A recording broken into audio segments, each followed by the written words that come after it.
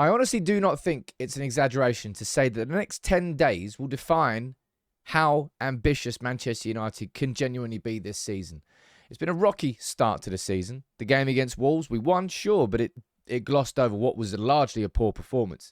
And Spurs dominated United in the second half after a first half where a lack of clinical finishing showed the same problems as last season. Bring in Rasmus Højlund to hopefully sort those issues out. But what I'm going to do in this video is run through the full to-do list.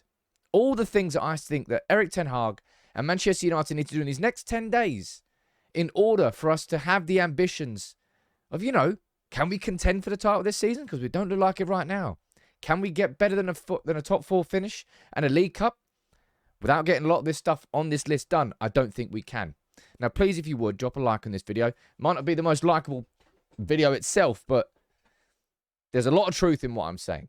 Okay, so what I'm going to do is write it down in a list. We're going to compile it. It won't necessarily be in exact order of priority, but it will roughly. For me, first and foremost, it's a very easy number 1 on that list. Get a Mason Greenwood decision announced. What is this club doing? Back and forth and back and forth. Will he, won't he? Will he, won't he? It seems to change with the direction of the wind. And that United might now be doing a U-turn and never bringing him back. He shouldn't have been even considered to be brought back. But just get this decision done. Because it is an unnecessary cloud hanging over this team and hanging over Erik ten Hag as it stands. Make the decision. And whether that decision is depends on, whether the problem is solved or not. But anyway, that needs to be the first thing on the list. And I think before we start looking externally at new signings, which is, trust me, it's on this list, and sales, which, trust me, it's on this list, there's internal issues that need to be solved with this team, with Erik ten Hag as well. First and foremost, that first half, I don't need to tell you, Man United were wasteful in front of goal. Manchester United were poor. Erik ten Hag said, look, it was actually a pretty good first half performance apart from the finishing. Finishing needs to be resolved, man. And you know what? Let me do that. Finishing. Bring in Rasmus.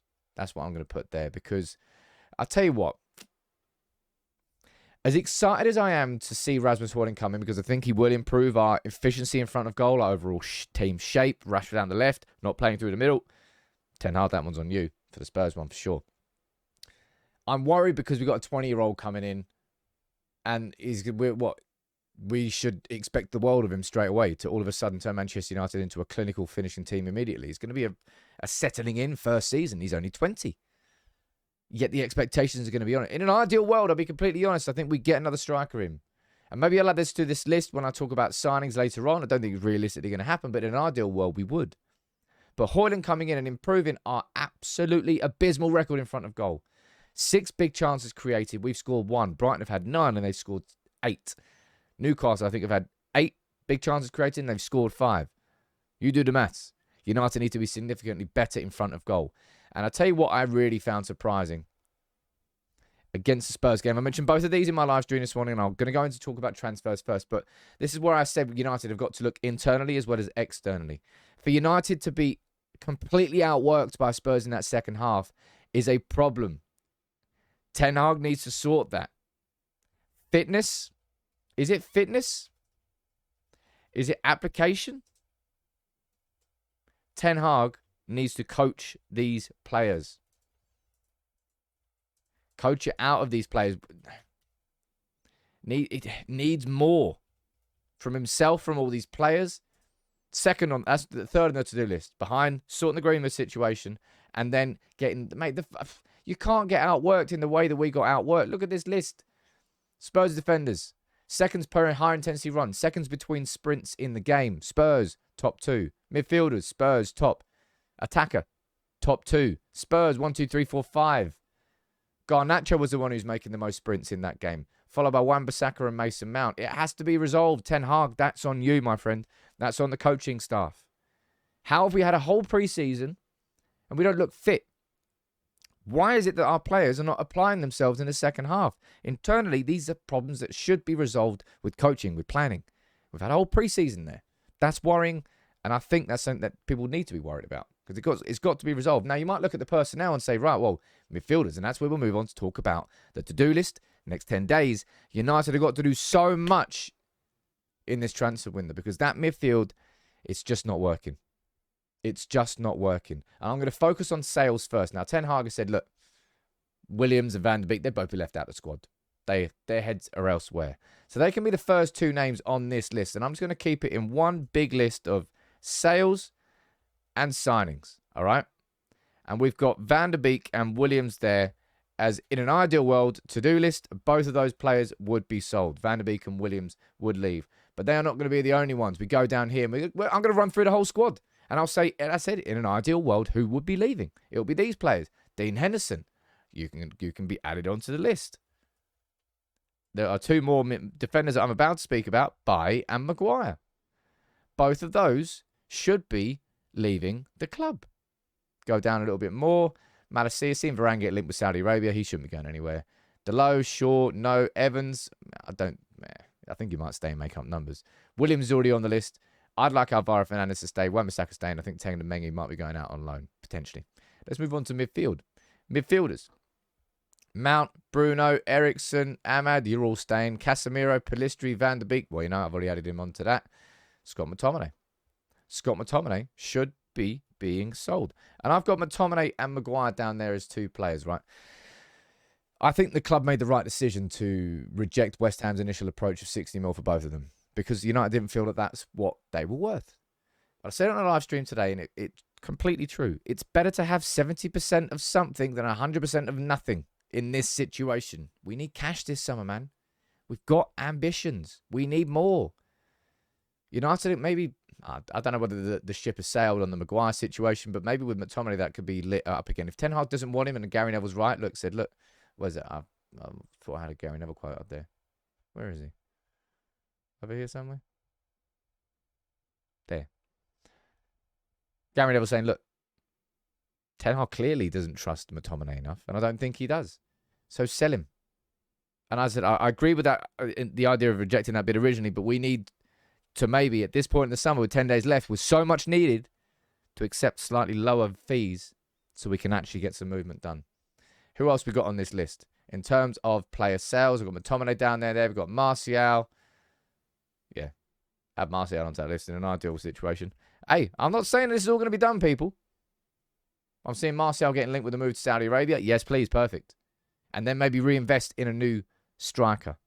So that could potentially be 1, 2, 3, 4, 5, 6, 7. 7 players leaving in the next 10 days. Do I think all of these will happen? No. Do I think all of them should happen? Yes. So they're staying on my to-do list. Now, in terms of signings, well, we know where our main signings have got to come. And there's two that are just staring United in the face. Hello, Ryan Gravenberch. Hello, Sofian Amrabat. Both of these players should be being signed by Manchester United. Gravenberch in on loan. Amrabat in on a permanent deal. Therefore, you're looking at basically a net zero if we sell McTominay for 30 mil and get Amrabat for 25 to 30 mil and Gravenberch on loan. Net zero and McTominay out and Gravenberch in on loan. And the midfield is completely transformed. These lads, it's clear that Casemiro cannot play inside this system. It's clear that across the course of the season, it's going to be a problem that keeps repeating itself. And we have 10 days to be able to resolve that. Now, in my opinion, what United need to be doing is also getting in a second goalkeeper, right? We've seen, who is it? I think the Benfica goalkeeper. Where is that? Yeah, Benfica's goalkeeper. Oh, this is Vlado Dimos. Just annihilate that name. Anyway. Apparently we'll be getting him. Don't know much about him, but it's only a second, third choice goalkeeper because Dean Henderson should be being sold. We go over here and we see some things that could be happening. Dean Henderson there being linked with Crystal Palace. Hopefully that goes through. And then, what was the other ones I had up here? I think it was just that, actually. You can see how big this to-do list is. This is my point. That's why I'm doing this video. And in my opinion, in an ideal situation, I would say another 30 mil-ish striker if Martial leaves. Because then you've got Højlund coming in And you need somebody who's slightly more experienced, who can take a little bit of the flack and the stick, and then Højlund can just focus and sort of have his introductory season. That's what I would like to happen. And if Martial leaves, maybe that's an opportunity that exists. But this is so much. I don't think, of course it won't all happen. The Greenwood decision, I think surely that comes this week. I mean, I don't know. I really have no idea. I have no idea what the decision is going to be at this point either. Internally, Ten Hag, he needs to. I don't know what we're getting wrong, but the players' fitness doesn't look there. The players' application doesn't look there. The mentality drop off in the second half. It was like that last season. What is it? I mean, I can't put my finger on it. Ten Hag subs. Questionable against Spurs, I think. Ten Hag starting 11. Don't play Rashford through the middle. Please. Stop. Please stop. Even more reason to get a second striker in. And then with Sales, Van der Beek, Williams, Henderson, Baye, Maguire, McTominay and Martial. McTominay is probably the only one there that might affect the quality of our squad. None of the rest will. Because Martial's only going to play like 4 games this season anyway. And signings, get 2 midfielders in. Amrabat, he can be that aggressive. Mate, his ball winning's fantastic. His ball progression's fantastic. He ticks all the profile boxes. It's painful. And Gravenberch, of a similar ilk. A little bit more better, a little bit more naturally suited. Well, he can play as more of a box-to-box midfielder. I'm not saying that Amrabat can't, but I imagine Amrabat would be slightly deeper. That proper deeper line playmaker than Gravenberch is. But both of them would be perfect for this midfield that Ten Hag is trying to build. And get that second choice goalkeeper in. Get another striker in. If we can sell Martial. All of that in 10 days, nigh on impossible. But if we're really going to have ambitions on making this season better than last season, truly, and we want to compete in the Champions League, which we know is the ambition, that's the ambition of fans anyway, and we want to compete for the Premier League title, which we look just years off, judging by the first 2 games, so much of this needs to be done in the next 10 days. What would you put as your priority list? What would you put number 1, 2, 3? You let me know in the comments below. As always, what do you think I missed off this list? I'm sure there are some. You can let me know in the comments below. Make sure you subscribe if you're new. But yeah, these next 10 days, I think, will define whether or not we can, as fans, truly believe that we can better last season. Because as it stands, we won't.